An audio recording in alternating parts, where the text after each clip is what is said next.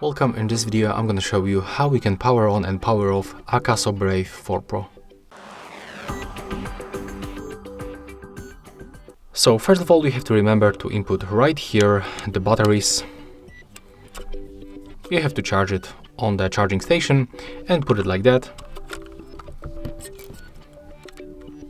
After that, when you input the battery, you have to use this button. You have to click on it once, and after a few seconds this indicator will turn on.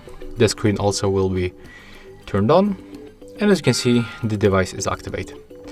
In the right upper corner you can find the battery level, and you can turn off the device by pressing and holding this power button for a while.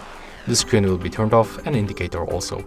And that's how it looks. If you find this video helpful, remember to leave a like, comment and subscribe.